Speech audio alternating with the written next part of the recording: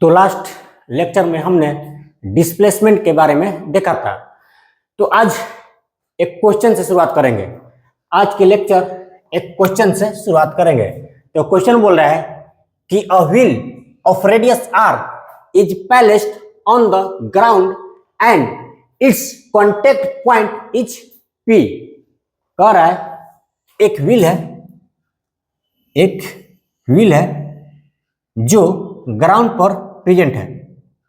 एक व्हील है जो ग्राउंड पर प्रेजेंट है और व्हील का कांटेक्ट पॉइंट, ग्राउंड से जो कांटेक्ट पॉइंट है ना वो क्या है? तो पी है। ये मान लो व्हील है, तो व्हील कहाँ पर है? ग्राउंड पर टच में, यहाँ पर है ना। इसी पॉइंट को बोल रहा है कि व्हील का जो ग्राउंड के साथ कांटेक्ट पॉइंट है वो कितना है? पी है। ओके, आई क्या बोल रहा है? अच्छा, व्हील का रेडियस दे रखा है इसने, व्हील का रेडियस दे रखा है। रेडियस ये रहा है, व्हील का रेडियस कितना है? तो आर दे रखा है। ओके, आगे बोल रहा है if wheel rolls down without sliding. If wheel rolls down मतलब क्या होता है? एक होती है कि बॉडी क्या करती है? स्ट्रेट लाइन पर ट्रेवल करती है। एक क्या करती है? बॉडी स्ट्रेट लाइन पर ट्रेवल करती है। तो उस तरह के मोशन को हम बोलते हैं ट्रांसलेशनल मोशन। जैसे तुम एक जगह से दूसरे जगह जाते हो, तुम ट्रांसलेटरी मोशन कर रहे होते हो। ओके, और एक होती है कि किसी एक्सिस के अबाउट एक ही जगह पर रोटेट करती है। जैसे कि सीलिंग फैन, जैसे कि फैन होती है ना, कोई भी फैन हो, जैसे कि फैन वो क्या करती है? किसी एक्सिस के अबाउट एक ही जगह पर रोटेट करती है। तो उस तरह के मोशन को बोलते हैं रोटेशनल मोशन। तो एक हो गई ट्रांसलेशनल मोशन जो कि स्ट्रेट लाइन पर ट्रेवल करती है, और एक होती है रोटेशनल मोशन। रोटेशनल मोशन में बॉडी किसी फिक्स एक्सिस के अबाउट किसी एक जगह पर ही रोटेट करते रहती है, जैसे कि फैन। ओके, और एक होती है रोलिंग मोशन। रोलिंग मोशन क्या होगी कि बॉडी यदि रोटेट करने के साथ साथ आगे भी बढ़े, बॉडी यदि रोटेट करने के साथ साथ आगे भी बढ़ता है, जैसे कि कार का चक्का, कार या बस या ट्रक, जो भी मूविंग व्हीकल है, उनका चक्का वो क्या करती है? वो क्या करती है कि रोटेशन करने के साथ साथ आगे बढ़ती है। कोई भी कार की चक्का हो वो रोटेट भी करती है और आगे भी बढ़ती है। तो उस तरह के मोशन को हम बोलते हैं रोलिंग मोशन। जब बॉडी रोटेशन करने के साथ साथ ट्रांसलेशनल मोशन भी करती है ना, उनको बोला जाता है रोलिंग मोशन। तो यहाँ पर व्हील क्या कर रही है? रोल्स डाउन कर रही है, मतलब रोल कर रही है। ठीक है, मतलब रोटेट करने के साथ साथ आगे भी बढ़ रही है। ओके, ये भी हो गया कि if wheel rolls down without sliding. जब व्हील रोल कर रही है ना, तो ये स्लिप नहीं कर रही है। Okay, and completes half revolution, then find the displacement of the point P. कह रहा है कि व्हील यदि आधा रिवोल्यूशन कंप्लीट करता है तो बताइए इस पॉइंट पी का डिस्प्लेसमेंट क्या है। यदि ये व्हील आधा रिवोल्यूशन कंप्लीट करता है तो बताइए इस पॉइंट पी का डिस्प्लेसमेंट क्या होगी। मतलब ये पॉइंट अभी जो यहां है, आधा रिवोल्यूशन कंप्लीट करने के बाद कहां होगी। ठीक है, चलो निकालते हैं। तो लो, मान लो व्हील यदि रोटेट करेगी तो क्या करेगी? आगे बढ़ेगी ना। तो व्हील ने आज हाफ रोटेट किया, हाफ रिवोल्यूशन क्या किया? रोटेट किया, और उसके बाद यहां पहुंच गया। व्हील ने क्या किया? हाफ रिवोल्यूशन कंप्लीट किया अपना, और व्हील यहां से लेकर के यहां पहुंच गया। ठीक है, एक रोल कर रहा है। तो व्हील यहां से यहां पर पहुंच गया, तो व्हील कितना रिवोल्यूशन कंप्लीट किया? तो हाफ रिवोल्यूशन कंप्लीट किया। तो व्हील जो कांटेक्ट पॉइंट पी है ना, ये कहां पहुंच जाएगा? यहां पहुंच जाएगा। ध्यान से समझो, यदि व्हील पूरा रोटेशन कंप्लीट करता ना, यदि व्हील पूरा एक रिवोल्यूशन कंप्लीट करता तो कांटेक्ट पॉइंट यहां से यहां पहुंच जाता। ठीक है, लेकिन व्हील क्या कर रहा है? आधा रिवोल्यूशन ही कंप्लीट कर रहा है। व्हील क्या कर रहा है? आधा रिवोल्यूशन ही कंप्लीट कर रहा है। देखो, मान लो ये मेरा थंब जो है ना, ये कांटेक्ट पॉइंट है। तो व्हील क्या कर रहा है? आधा रिवोल्यूशन कंप्लीट कर रहा है। आधा रिवोल्यूशन कंप्लीट किया तो हम क्या कर रहा है? पहले नीचे था, अब क्या हो गया? ऊपर आ गया ना। मान लो ये व्हील है और मेरा थंब कांटेक्ट पॉइंट है। जब मैं अपने हाथ को ऐसे हाफ रोटेशन कंप्लीट कराता हूँ ना, हाफ रिवोल्यूशन में लेता हूँ, तो जो थंब नीचे था वो ऊपर चला आया ना। और यदि हाफ रोटेशन और कंप्लीट करूंगा ना, तो थंब अगेन से नीचे आ जाएगी। तो व्हील क्या कर रहा है? हाफ रिवोल्यूशन कंप्लीट कर रहा है ना, तो जो कांटेक्ट पॉइंट पी यहां पर था वो यहां पर चला आएगा। ठीक है, बस अब क्वेश्चन कुछ बताया नहीं, आपसे पूछ रहा है इसी पॉइंट पी का डिस्प्लेसमेंट। डिस्प्लेसमेंट मतलब विस्थापन, एक जगह से दूसरे जगह चला जाना। तो पहले यहाँ था, अब यहाँ पर चला आया, तो यही आपको डिस्टेंस बतानी है। अब जानते हैं डिस्प्लेसमेंट कैसे कैलकुलेट किया जाता है कि पहले इनिशियल पोजीशन देखते हैं, तो ये रहा इनिशियल पोजीशन, फिर उसके बाद फाइनल पोजीशन देखते हैं, तो ये रहा फाइनल पोजीशन, और इनिशियल पोजीशन और फाइनल पोजीशन को एक स्ट्रेट लाइन से मिला देते हैं। चलिए मिला दीजिए, इनिशियल पोजीशन और फाइनल पोजीशन को एक स्ट्रेट लाइन से मिला देते हैं, मिला दिए, और यही है डिस्प्लेसमेंट। यदि आप इस स्ट्रेट लाइन की लेंथ को निकाल लेंगे तो आपकी डिस्प्लेसमेंट भी निकल जाएगी। ओके, चलिए क्या करते हैं हम, मान लो ये व्हील का सेंटर है, ये व्हील का सेंटर है, यहां से एक परपेंडिकुलर ड्रा कर देते हैं। ओके, कर दिया हमने। ध्यान से देखिए, यदि ये व्हील का सेंटर है तो ये व्हील का रेडियस r होगा, और ये भी व्हील का रेडियस r होगा, और ये पूरा डिस्टेंस कितनी हो जाएगी, यहां से लेकर के यहां तक r प्लस r 2r हो जाएगी ना। ठीक है, चलो ये डिस्प्लेसमेंट है। ठीक है, आपको यही डिस्प्लेसमेंट, मान लो ये डिस्प्लेसमेंट कितना है, तो d है। ये डिस्प्लेसमेंट कितना है, तो d है, हमने मान लिया। ठीक है, जो आपको कैलकुलेट करनी है। ओके, अब मुझे तुम ये बताओ कि ये वाला डिस्टेंस कितनी होगी। ये तो तूने निकाल दिया कि r ये दोनों मिलाकर के यहां से लेकर के यहां तक 2r हो गया, यहां से लेकर के यहां तक 2r हो गया, लेकिन यहां से लेकर के यहां तक डिस्टेंस कितनी होगी, यहां से लेकर के यहां तक डिस्टेंस कितनी होगी बताओ मुझे, यहां से लेकर के यहां तक का डिस्टेंस कितनी होगी बताओ। यदि व्हील ने पूरा कंप्लीट रोटेशन किया होता ना, यदि व्हील ने पूरा कंप्लीट रोटेशन किया होता तो ये जो डिस्टेंस होती ना वो कितना होती, तो व्हील का सरकमफेरेंस 2πr होती ना। यदि व्हील एक पूरा कंप्लीट रोटेशन किया होता तो ये वाला डिस्टेंस जो होती ना कितना होती, 2πr, व्हील के सरकमफेरेंस के बराबर। और यदि व्हील दो रोटेशन कंप्लीट लिया होता ना, यदि व्हील ने 2 रोटेशन कंप्लीट किया होता तो ये वाला जो डिस्टेंस होती ना कितना होती, 2 × 2πr। और यदि व्हील 3 रोटेशन कंप्लीट किया होता तो ये दूरी कितना हो जाती, यहां से लेकर यहां तक का डिस्टेंस कितना होता, तो 3 × 2πr। यदि इसी तरह से यदि व्हील ने 4 रोटेशन कंप्लीट किया होता तो ये वाला जो डिस्टेंस होती ना यहां से लेकर के यहां तक कितना होते, 4 × 2πr होती ना। लेकिन यहां पर व्हील ने केवल हाफ रिवोल्यूशन कंप्लीट किया है, व्हील ने यहां पर केवल हाफ रिवोल्यूशन कंप्लीट किया है, इसलिए ये जो डिस्टेंस होगी ना यहां से लेकर यहां तक का जो डिस्टेंस होगी वो कितना होगी, बोलो कितना होगी, 2πr/2। ठीक है, क्योंकि व्हील ने केवल हाफ रिवोल्यूशन कंप्लीट किया है। ओके, तो ये वाला डिस्टेंस कितना आ जाएगी, πr आ जाएगी ना। 2 से 2 गया, 2 से 2 गया तो कितना बचेगा, πr। तो ये वाला डिस्टेंस कितनी हो जाएगी, πr हो जाएगी। ओके, बस अब डिस्प्लेसमेंट निकाल दो। देखो ये एक राइट एंगल ट्रायंगल लग रहा है, ये और ये यहां से चलो ऐसे, और ये एक राइट एंगल ट्रायंगल है ना। तो राइट एंगल ट्रायंगल के अनुसार क्या निकाल सकते हो, d = क्या लिखोगे, r + r 2r, तो लिखोगे 2r। देखो r + r 2r, d = क्या हो जाएगा, r + r 2r k² plus πr k²। यहां से इसको सॉल्व करो, क्या हो जाएगी, ये हो जाएगा 4r² प्लस π²। ओ यहाँ पे कैपिटल R होगा, मैंने गलती से स्मॉल r कर दिया, कैपिटल R होगा यहाँ पे, यहाँ भी कैपिटल R होगा क्योंकि रेडियस तूने कितने ले रखा है, कैपिटल R। क्या हो जाएगी, π² r²। इसको आप सॉल्व करेंगे ना तो क्या मिल जाएगी आपको, r√4 + π²। ये क्या मिल गई, तो डिस्प्लेसमेंट मिल गई। मतलब पार्टिकल का जो ये जो कॉन्टेक्ट पॉइंट P का जो डिस्प्लेसमेंट होगी ना कितना होगी, r√4 + π² होगी। ओके, अब थोड़ा इसका डायरेक्शन देख लेते हैं कि भाई डिस्प्लेसमेंट के पास तो मैग्नीट्यूड और डायरेक्शन दोनों होती है ना। तो हमने तो मैग्नीट्यूड निकाल लिया कि भाई इतने होगी, ये क्या है, मैग्नीट्यूड है।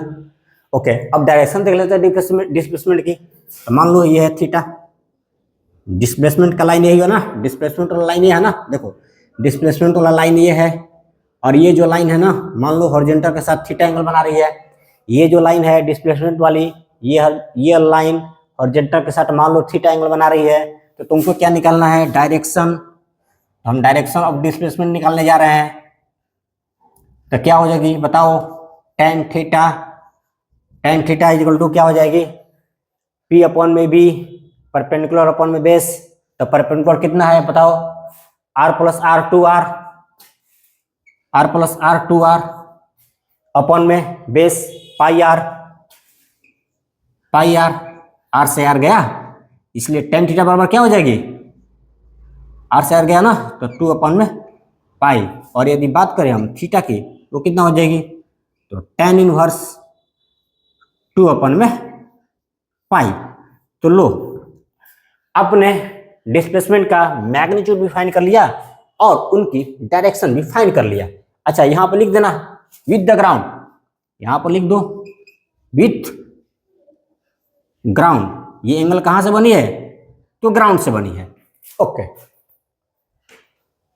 तो चलिए अब हम स्टार्ट करेंगे नेक्स्ट टॉपिक जिसका नाम है स्पीड।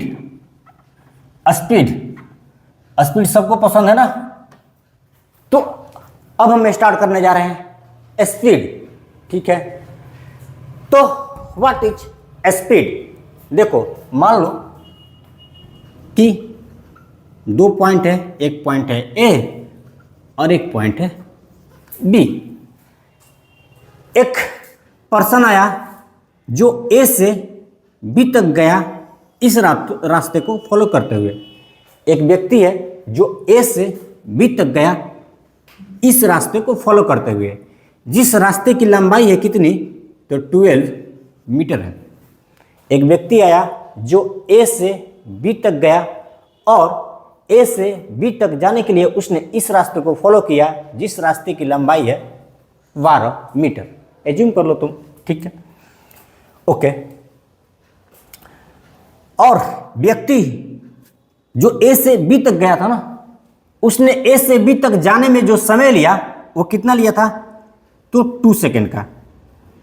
ए से बी तक जाने में फर्स्ट व्यक्ति ने कितना समय लिया, तो 2 सेकेंड का समय लिया। ठीक है, दूसरा व्यक्ति आया वो भी ए से बी तक गया और इसी पाथ को फॉलो करते हुए गया।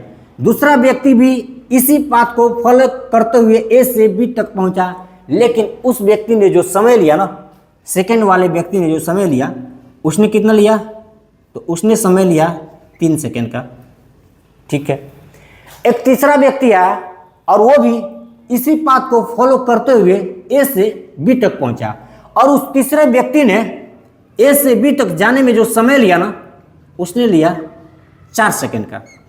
ठीक है, पहला व्यक्ति समय कितना लिया, 2 सेकेंड का। दूसरा व्यक्ति कितना समय लिया, 3 सेकेंड का। तीसरा व्यक्ति कितना समय लिया, 4 सेकेंड का। अब मुझे तुम ये बताओ, जाना एक ही जगह है, रास्ते भी सेम है, तो दोनों व्यक्ति का समय अलग अलग क्यों लग रहा है। जाना तो एक ही जगह है और जाने वाले रास्ते भी सेम है, तो दोनों व्यक्ति के लिए, तीनों व्यक्ति के लिए समय अलग अलग क्यों लग रही है, क्यों लग रही है बताओ। तो देखो फर्स्ट व्यक्ति ने 12 2 सेकेंड में कितने मीटर का दूरी तय की, तो 12 मीटर का। फर्स्ट व्यक्ति ने 2 सेकेंड में कितने मीटर का दूरी तय किया, तो 12 सेकेंड का। जो तीनों व्यक्ति अलग अलग समय ले रहे हैं ना, देखो जाना तो एक ही जगह पे है, सब तीनों व्यक्ति गया एक ही जगह पर और तीनों व्यक्ति ने पाथ भी फॉलो किया एक ही पाथ को, लेकिन तीनों व्यक्ति जाने में अलग अलग समय ले रहे हैं। इसका कुछ तो कारण होगा ना, और उस कारण है, और वो कारण है स्पीड। वो कारण है स्पीड। इस तीनों व्यक्ति का स्पीड अलग अलग है, इसीलिए इस तीनों व्यक्ति को एक ही रास्तों को फॉलो करते हुए ए से बी तक जाने में अलग अलग समय लग रही है। क्योंकि इस तीनों व्यक्ति का स्पीड अलग अलग है, इसलिए इस तीनों व्यक्ति को एक ही जगह पर जाने के लिए, एक ही रास्तों को फॉलो करते हुए एक ही जगह पर जाने के लिए अलग अलग समय लग रहा है। तो मान लो पहले व्यक्ति का देखते हैं। पहला व्यक्ति ने क्या किया कि ए से बी तक गया और 2 सेकेंड में इसने कितनी दूरी तय की, तो 12 मीटर की दूरी तय की। और 1 सेकेंड ने, पहले व्यक्ति ने 2 सेकेंड में 12 मीटर का डिस्टेंस ट्रेवल किया। तो यदि हम ये देखें कि इस व्यक्ति ने 1 सेकेंड में कितने मीटर का दूरी तय किया, तो क्या करेंगे, 12/2 कितना हो जाएगा, 6। यदि हमने देखा कि ये व्यक्ति जो है 2 सेकंड में 12 मीटर का दूरी तय किया, और मुझे देखनी है कि व्यक्ति 1 सेकंड में कितनी मीटर की दूरी तय किया। तो हमने क्या किया, 12 से 2 के डिवाइड कर दिया, मिला 6। ठीक है, ओके। ये तो पहला व्यक्ति के लिए था। दूसरा व्यक्ति के लिए देखते हैं। दूसरा व्यक्ति ने क्या किया कि 3 सेकंड में कितने मीटर की दूरी तय की, तो 12 मीटर। सबका पाथ एक ही है तो डिस्टेंस तो सेम ही है। ठीक है, तो दूसरे व्यक्ति ने 3 सेकंड में 12 मीटर का डिस्टेंस तय किया। तो मुझे जानना है कि ये दूसरे व्यक्ति जो है, दूसरा वाला व्यक्ति 1 सेकंड में कितना मीटर की दूरी तय किया। तो क्या करेंगे, 12/3, तो कितना हो जाएगा 4। ठीक है, यूनिट मीटर मत लगा देना, यूनिट तो बाद में डिसाइड करेंगे। ठीक है, क्योंकि यूनिट इसकी मीटर नहीं होने वाली है, कुछ और होने वाली है, तो यूनिट तो बाद में डिसाइड करेंगे। तो दूसरे व्यक्ति ने 3 सेकंड में 12 मीटर की दूरी तय किया। मैंने देखा कि इस दूसरे व्यक्ति ने 1 सेकंड में 12/3 मीटर के डिस्टेंस तय किया। ठीक है ना। जब मैंने देखा कि दूसरे व्यक्ति 1 सेकंड में कितना दूरी तय किया, तो 12/3। ठीक है, तीसरे व्यक्ति का देखते हैं। तीसरे व्यक्ति ने 4 सेकंड में कितना मीटर की दूरी तय किया, तो 12 मीटर की। मुझे जाननी है कि तीसरे व्यक्ति ने 1 सेकंड में कितने मीटर की दूरी तय किया। तो क्या करेंगे, 1 सेकंड में कितने मीटर की दूरी तय किया, तो 12/4 कितना आया, 3। अब ये जो तुम्हारा पहले व्यक्ति के लिए 6 आया, दूसरे व्यक्ति के लिए 4 आया, और तीसरे व्यक्ति के लिए 3 आया, और ये जो 6, 4 और 3 है ना, इसी को तुम बोलते हो स्पीड। पहले व्यक्ति ने 6 के स्पीड से गया, इसीलिए इसके पास इसको ए से बी तक जाने में कम समय लगा। दूसरे व्यक्ति ने 4 के स्पीड से गया, इसीलिए उसको ए से बी तक जाने में फर्स्ट व्यक्ति की तुलना में थोड़ा ज्यादा समय लगा। और तीसरे व्यक्ति ने ए से बी तक गया 3 के स्पीड से।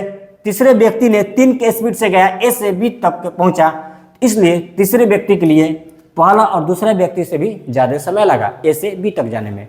तो ये जो तुम्हारा 6, 4 और 3 मिला ना, इसी को हम बोलते हैं स्पीड।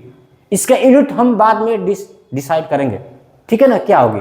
अभी तुम ये देखो कि ये 6, 4 और 3 क्या है, तो उस व्यक्ति का स्पीड है। 6 पहले व्यक्ति का स्पीड है, 4 दूसरे व्यक्ति का स्पीड है, और 3 तीसरे व्यक्ति का स्पीड है।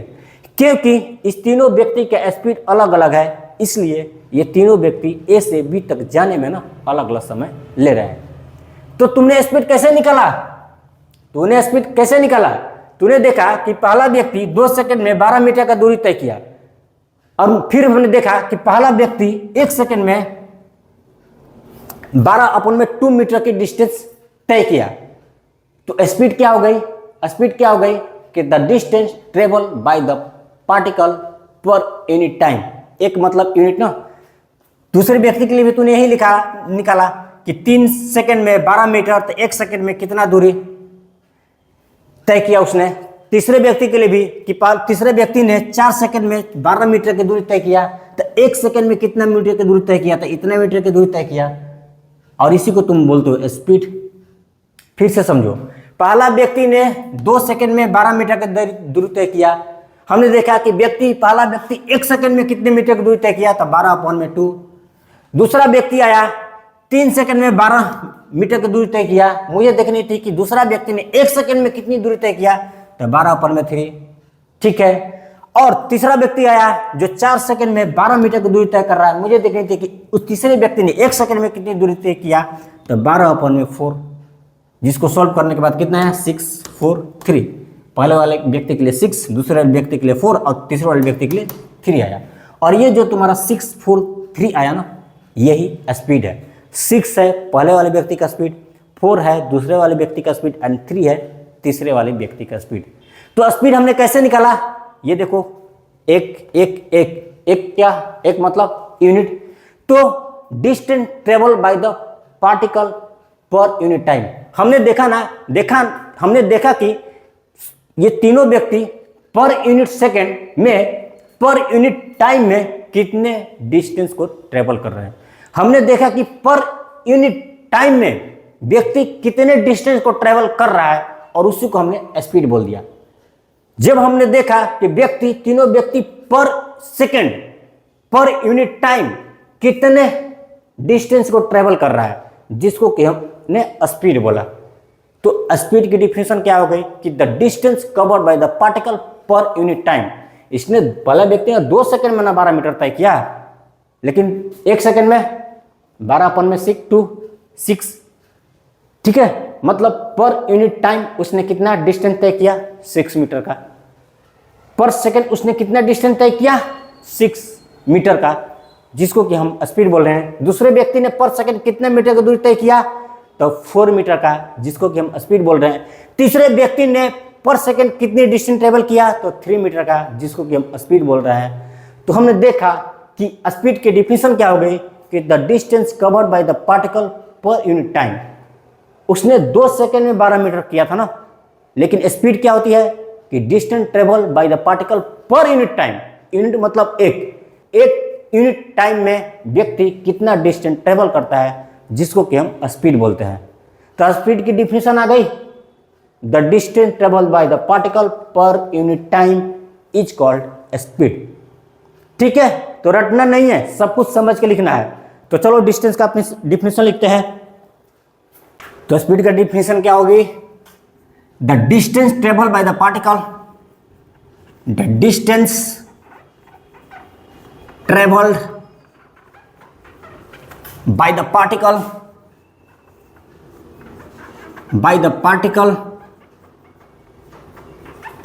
per unit time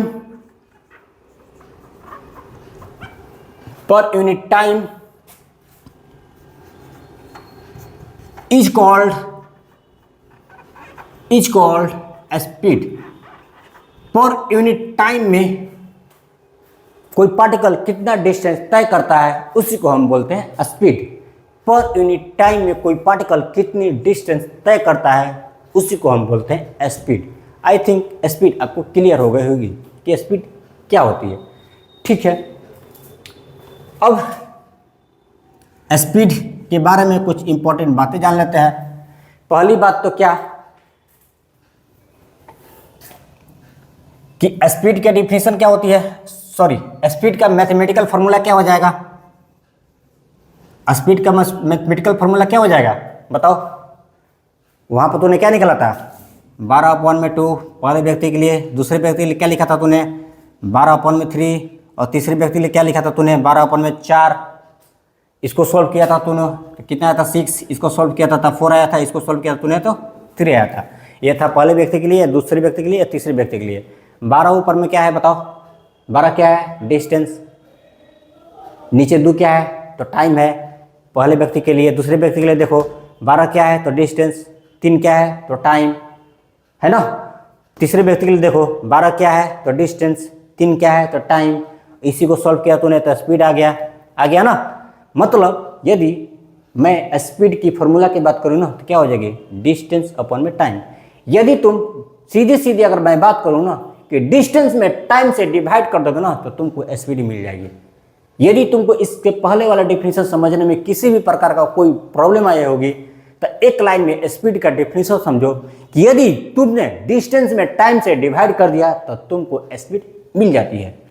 यदि तूने डिस्टेंस में टाइम से डिवाइड कर दिया तो तुमको स्पीड मिल जाएगी। इतनी भी बातें याद रखो, तुम्हारी काम हो जाएगी। चलो, तो स्पीड का फॉर्मूला क्या हो गया तो डिस्टेंस अपॉन में टाइम।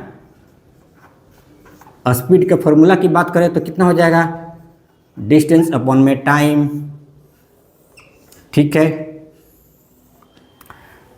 जहां पर डिस्टेंस क्या है तो distance travel by the particle, time उस डिस्टेंस को ट्रेवल करने में कितना समय लगा उसी को बोलते हैं टाइम। ठीक है, तो उस डिस्टेंस को कवर करने में जितना समय लगा वही है ये टाइम।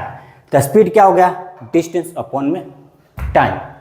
ठीक है, ओके जी। अब यदि बात करें हम कि बताओ डिस्टेंस कभी 0 हो सकती है, यस और नो। डिस्टेंस कभी पॉजिटिव हो सकती है, यस और नो। और डिस्टेंस कभी नेगेटिव हो सकती है, यस और नो।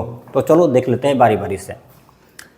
तूने जब डिस्टेंस पढ़ा था ना, जब मैंने तुमको डिस्टेंस पढ़ाया था वहाँ पर हमने बताया था कि डिस्टेंस 0 हो सकती है जब पार्टिकल रेस्ट में है, डिस्टेंस पॉजिटिव हो सकती है जब पार्टिकल मोशन में है, लेकिन डिस्टेंस कभी निगेटिव नहीं हो सकती है। ये अच्छे से मैंने वहाँ पर बताया था जब तुमको very first lecture of kinematics distance पढ़ाया था। वहाँ पर हमने बताया था कि डिस्टेंस जीरो हो सकती है, डिस्टेंस पॉजिटिव हो सकती है, लेकिन डिस्टेंस कभी निगेटिव नहीं हो सकती है। और ये देखो टाइम, टाइम कभी निगेटिव होती है क्या? अभी मैं तुमसे पूछूं कि कितने बज रहे हैं तो तुम बोलोगे 2 बज रहे हैं, यदि तुम्हारे घड़ी में 2 बज रही है। और कोई मेरा ये लेक्चर यदि 10 बजे देख रहा है तो मैं उससे पूछूं कितने बज रहे हैं तो वो बोलेगा कि 10 बज रहा है, यदि उसकी घड़ी में 10 बज रही है। ठीक है ना? तो किसी घड़ी में 2 बज रही है, किसी घड़ी में 10 बज रही है, लेकिन क्या कोई ऐसा है जो बोलेगा कि नहीं भैया मेरे घड़ी में तो -2 बज रही है? क्या कोई ऐसा है जो ये बोलेगा कि नहीं नहीं मेरे घड़ी में तो -10 हो रही है? या कोई ऐसा है कोई कहेगा नहीं मेरे घड़ी में तो -5 हो रही है? ऐसा है क्या? -5 PM, -5 AM, किसी घड़ी में -2 PM बजता है क्या? बजता है क्या? नहीं बजता है ना? नहीं बजता है ना? नहीं बजता है। क्यों? क्योंकि टाइम निगेटिव नहीं होती है, टाइम निगेटिव नहीं होती है। ठीक है ना? तो यहाँ पर तुमने देखा कि डिस्टेंस जीरो हो सकता है, पॉजिटिव हो सकता है, लेकिन कभी निगेटिव नहीं हो सकता है, और टाइम भी कभी निगेटिव नहीं हो सकता है। इसका मतलब मान लो 1 सेकंड के लिए डिस्टेंस तो कभी निगेटिव होगा नहीं। मान लो डिस्टेंस जीरो है, डिस्टेंस जीरो हो सकता है जब पार्टिकल रेस्ट में है, तो मान लो डिस्टेंस जीरो है और टाइम 10 सेकेंड है मान लो, तो इसको सोल्व करोगे तो क्या आ जाएगी? जीरो आ जाएगी ना। ये रहा डिस्टेंस, ये रहा टाइम। डिस्टेंस में टाइम से डिवाइड करोगे तो स्पीड निकल गई, स्पीड निकल गई ना, और स्पीड जीरो मिल गई हमको, मतलब स्पीड जीरो हो सकती है। ठीक है, और मान लो डिस्टेंस है 20 और टाइम है 10, डिस्टेंस से 20 और टाइम है 10, यूनिट के छोड़ो बाद में बात करेंगे यूनिट के बच्चे से। तो टाइम है 10, अच्छा 20 मीटर अपन में 10 सेकेंड। ठीक है, तो डिस्टेंस में टाइम से डिवाइड कर दिए तो क्या मिल जाएगा हमको? स्पीड मिल जाएगी, मिल जाएगी ना स्पीड। तो ये तुमको स्पीड मिल गई ना, और कितना मिली? +2 मिली ना। तो डिस्टेंस, क्योंकि देखो स्पीड यहाँ पर 0 हो गई, स्पीड यहाँ पे 2 भी हो गई, लेकिन स्पीड क्या कभी निगेटिव होगी? नहीं होगी ना, क्योंकि डिस्टेंस तो निगेटिव होगा ही नहीं।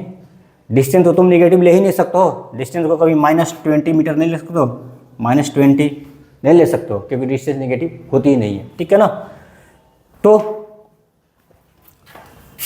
अभी तुमने देखा कि स्पीड जीरो भी हो सकती है, स्पीड पॉजिटिव भी हो सकती है। 2 के पहले कोई साइन नहीं है तो पॉजिटिव साइन है, तो स्पीड जीरो भी हो सकती है, स्पीड पॉजिटिव भी हो सकती है, लेकिन स्पीड निगेटिव हो सकती है। स्पीड निगेटिव हो सकती है क्या? तो नहीं हो सकती है। क्यों नहीं हो सकती है? क्योंकि डिस्टेंस कभी निगेटिव नहीं होती है, और स्पीड बराबर होता है डिस्टेंस अपॉन में टाइम। एक ही तो फॉर्मूला है, डिस्टेंस अपॉन में टाइम। क्योंकि डिस्टेंस कभी निगेटिव नहीं हो सकती है, इसलिए स्पीड भी कभी निगेटिव नहीं हो सकता है। तो इस बात को लिख दिया जाए कि speed can be 0, positive but can never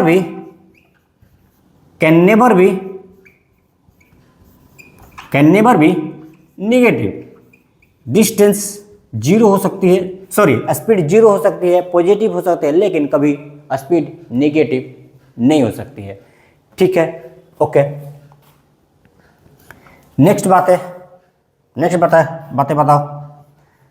next बातें है कि चलो यूनिट बाद में निकालेंगे। पहले ये देखें कि डिस्टेंस स्केलर क्वांटिटी है कि वेक्टर क्वांटिटी है। यूनिट निकाल लेंगे, इसके बाद पहले ये देखें कि स्पीड स्केलर क्वांटिटी है कि वेक्टर क्वांटिटी है। बताओ स्पीड स्केलर क्वांटिटी है कि वेक्टर क्वांटिटी है? बताओ। स्पीड बराबर क्या होती है? डिस्टेंस अपॉन में टाइम। स्पीड बराबर क्या होती है? डिस्टेंस अपॉन में टाइम। ठीक है, अच्छा ये बताओ डिस्टेंस क्या है? स्केलर क्वांटिटी कि वेक्टर क्वांटिटी? डिस्टेंस क्या है? स्केलर की वेक्टर?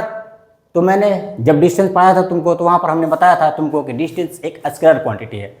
डिस्टेंस क्या है? एक स्केलर क्वांटिटी है। और टाइम भी एक स्केलर क्वांटिटी होती है, तो टाइम भी एक स्केलर क्वांटिटी है। तो स्केलर में स्केलर से डिवाइड करोगे तो स्केलर ही मिलेगा तुमको, वेक्टर तो मिलने वाली नहीं है। यदि तुम स्केलर में स्केलर से डिवाइड करोगे तो स्केलर ही मिलेगी। ठीक है ना? तो स्पीड क्या हो जाएगी? तो स्पीड भी स्केलर क्वांटिटी होगी, क्योंकि डिस्टेंस भी स्केलर, टाइम भी स्केलर, और स्केलर में स्केलर से डिवाइड करोगे तो एक स्केलर ही मिलेगी। स्केलर ही मिलेगी, तो स्पीड भी क्या हो गई, एक स्केलर क्वांटिटी हो गई। मतलब स्पीड के पास मैग्नीट्यूड तो होती है लेकिन स्पीड के पास डायरेक्शन नहीं होती है। स्पीड के पास मैग्नीट्यूड तो होती है लेकिन स्पीड के पास डायरेक्शन नहीं होती है। और आप जानते हो कि जिस भी फिजिकल क्वांटिटी के पास केवल मैग्नीट्यूड होता है और उसके पास डायरेक्शन नहीं होती है, उस फिजिकल क्वांटिटी को हम स्केलर क्वांटिटी बोलते हैं।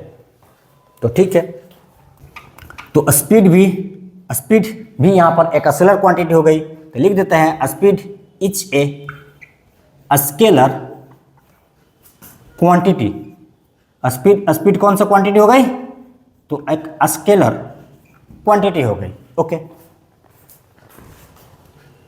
तो चलो अब स्पीड के यूनिट के बारे में भी बात कर ही लेते हैं। तो बताइए what is the SI unit of speed. Speed के एसआई यूनिट क्या होती है, बोलो, जानते हो आप, मीटर पर सेकेंड। स्पीड के एसआई यूनिट क्या होती है, मीटर पर सेकेंड होती है। ठीक है ना, हमने सिंबल फॉर्म में लिख दिया, पूरा लिख देते हैं मीटर पर सेकेंड। तो स्पीड का एसआई यूनिट क्या होता है, तो मीटर पर सेकेंड होती है। थोड़ा देख लेते हैं कैसे आया है। चलो, स्पीड बराबर क्या होती है बताओ, तो डिस्टेंस अपॉन में टाइम होती है क्या। डिस्टेंस का एसआई यूनिट क्या होता है बताओ, क्या होती है डिस्टेंस का एसआई यूनिट, तो मीटर होती है ना डिस्टेंस का एसआई यूनिट मीटर। और टाइम का एसआई यूनिट क्या होती है, टाइम का एसआई यूनिट बताओ क्या होती है, तो सेकेंड होती है। इस तरह से तुमको स्पीड का यूनिट मिल गई metre per second. Metre per second, metre per second क्या मिल गई, मीटर पर सेकेंड। स्पीड का यूनिट क्या मिल गई, तो मीटर पर सेकेंड मिल गई ना जी। ओके, तो the SI unit of speed is metre per second. ठीक है, आप सभी जानते थे कि स्पीड का SI unit metre per second होता है, मीटर पर सेकेंड होता है। हमने वहां पर क्यों रोक के रखा था, इसीलिए मैं आपको ये बात बताना चाहता था कि किसी भी फिजिकल क्वांटिटी का यूनिट कैसे निकालते हैं। तो कुछ इस तरह से निकाल सकते हैं आप किसी भी फिजिकल क्वांटिटी का यूनिट। ठीक है, तो एसआई यूनिट पता चल गई इनकी कि एसआई यूनिट क्या होती है, तो मीटर पर सेकेंड होती है। अब मुझे बताइए आप कि what is the dimension of speed. Speed की मैं डायमेंशन की बात करूं तो क्या होती है, बोलो, dimension of speed. Dimension of speed बोलो क्या होती है, जानते हैं तो ठीक है, नहीं जानते तो देख लीजिए कैसे फाइंड होगा। यदि मैं बात करूं कि स्पीड का एसआई यूनिट क्या होती है बोलो, तो मीटर पर सेकेंड होती है। स्पीड का एसआई यूनिट क्या होती है, तो मीटर पर सेकेंड होती है। और मैं आपसे ये पूछूं कि ये जो मीटर है ना, ऊपर वाले मीटर लिखा हुआ है, मीटर किस फंडामेंटल क्वांटिटी का एसआई यूनिट होता है, तो क्या बोलोगे, डिस्टेंस का या फिर डिस्प्लेसमेंट का। तो थोड़ा ध्यान से सुनो मैं क्या बोल रहा हूं कि मीटर किस फंडामेंटल क्वांटिटी का एसआई यूनिट है। तो तुम बोल मत देना डिस्टेंस का, तो बोल मत देना डिस्प्लेसमेंट का, क्योंकि मैं पूछ रहा हूं फंडामेंटल क्वांटिटी, और जो तुम नाम ले रहे हो डिस्टेंस और डिस्प्लेसमेंट का, वो है एक डेराइव क्वांटिटी।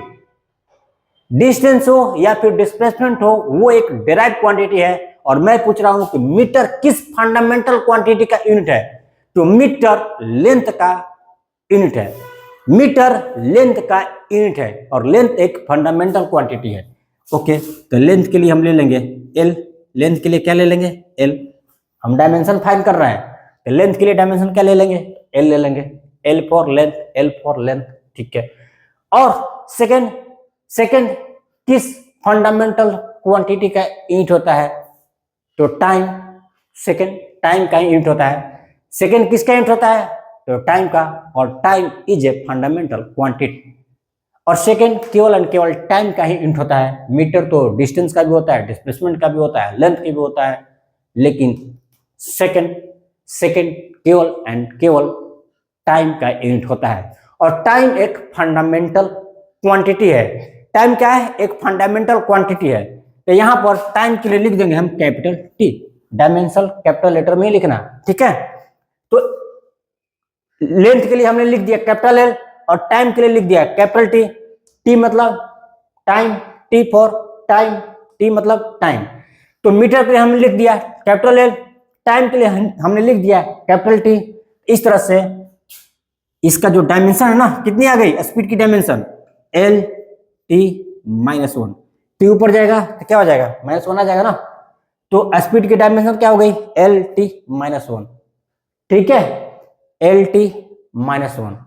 ओके, क्या स्पीड की डायमेंशन क्या हो गई, L T -1।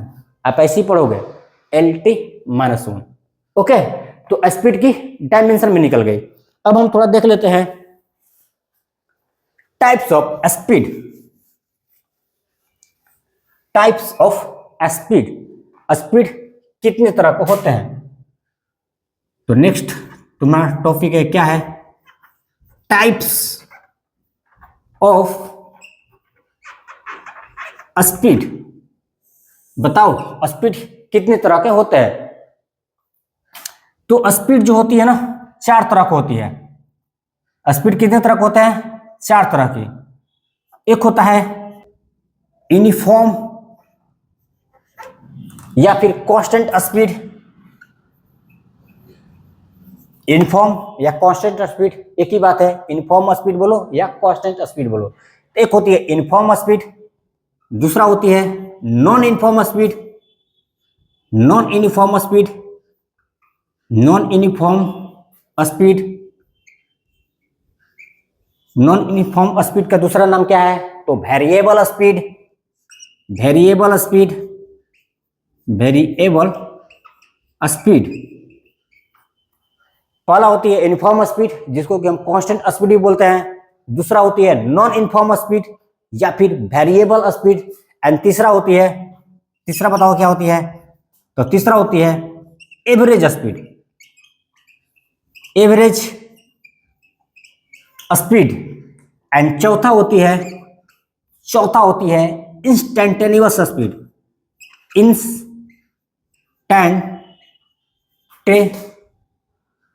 Instantaneous speed.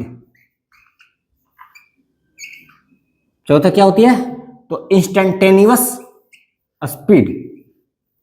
Okay, तो नेक्स्ट लेक्चर में हम देखेंगे इन चारों स्पीड के बारे में। What is the uniform speed, what is the non uniform speed या फिर variable speed, and what is the average speed and instantaneous speed. आज के लिए हम इतना ही रहने देते हैं, मिलेंगे नेक्स्ट लेक्चर में। Wish you all the best.